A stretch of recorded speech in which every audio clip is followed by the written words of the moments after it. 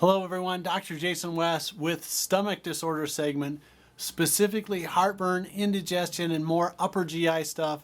There's a lot of lower GI problems that we're covering on a different video, like irritable bowel syndrome, anal fissures, hemorrhoids, and stuff like that. But we're going to talk about the top part of the stomach today. Now, almost all of my chronic disease patients or chronic illness patients have some type of stomach problem because you are what you eat. Or maybe you are what you absorb, but what you're putting into your system, if we can't get it to the right place, you don't feel very good.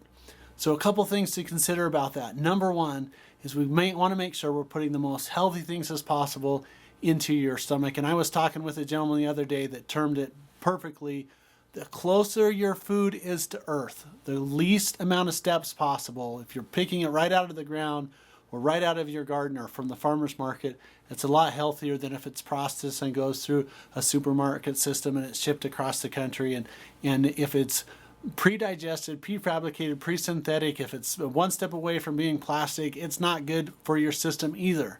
But so many stomach problems start by not chewing correctly. Now, we had a patient that said that they had solved their chronic health and indigestion problem for chewing their food more. And I said, how many times are you chewing your food? And he said 25 to 30. And I looked at him and I think, man, I don't know if I've ever chewed food that much. I went in and did a whole bunch of research, and that's actually a pretty good recommendation. If you're having stomach problems, chew your food a lot more. Make sure you're getting enough water that you can actually get everything to move through and avoid I was going to say cancer, but that's not the right word. I was going to avoid acidic foods, specifically soda pop, diet soda pop. You're taking acid, you're putting in acid environment. It actually really disrupts the normal chain events that happen in your stomach. Now, if you're having acid reflux, heartburn, and indigestion, one of the things that you want to determine is which is it? Is it too much acid that's being generated, or is it not enough of the right type of acid? Because if you're putting food in your system and it doesn't break down, it'll sit there, it'll ferment, it'll rot, and it'll decay. It can't go south, so it comes north, and that's where you get all that heartburn and indigestion.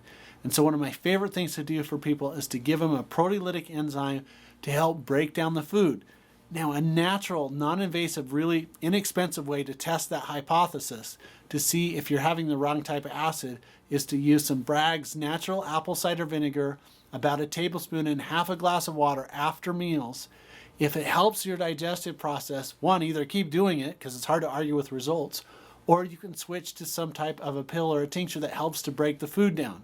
And that's what I typically do. I have a mild case of heartburn. It's totally controlled by some enzymes. If I take the enzyme, it helps to break down the food. You don't get the burping and belching that you have, or you don't get the flatulence going out the other end because you're digesting things in a timely manner. The opening on the bottom of the stomach opens up because the food's digested, everything drops down. You don't have that decay or acid reflux going up. Now, the flip side is if you take the proteolytic enzyme or the apple cider vinegar and it makes it worse, it means you have an overstimulation of the vagus nerve. You're actually having hyperchlorhydria, which means too much acid. And phosphorus is a mineral that helps to downregulate the vagus nerve. It's really helpful in people that are producing too much acid. And too much acid happens about 20% of the time. Not enough is about 80% of the time. Now, some things that you can really help to calm the stomach down. You can use a really neat product. It's called Bottled Sunshine. You can do some what called morillite clay or some bentonite clay.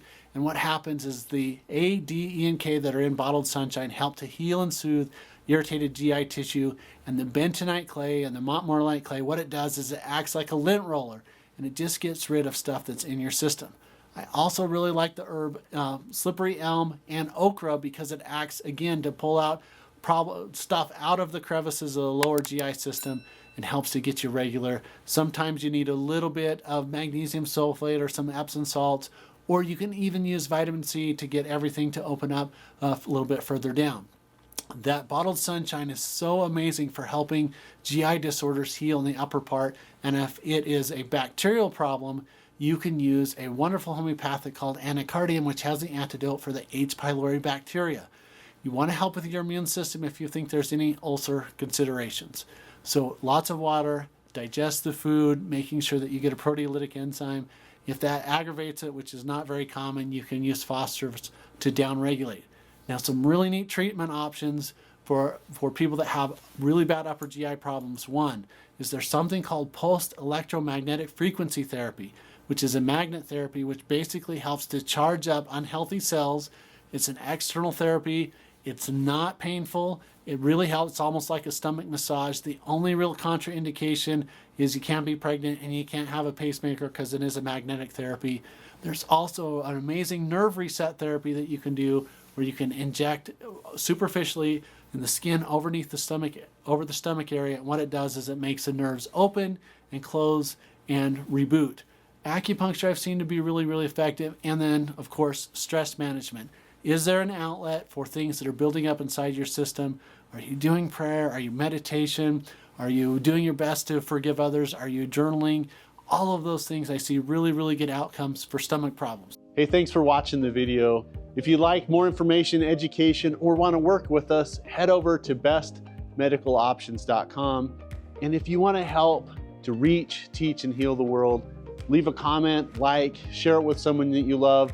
It may seem like an impossible task, but those that are crazy enough to think that they can change the world are the ones who do.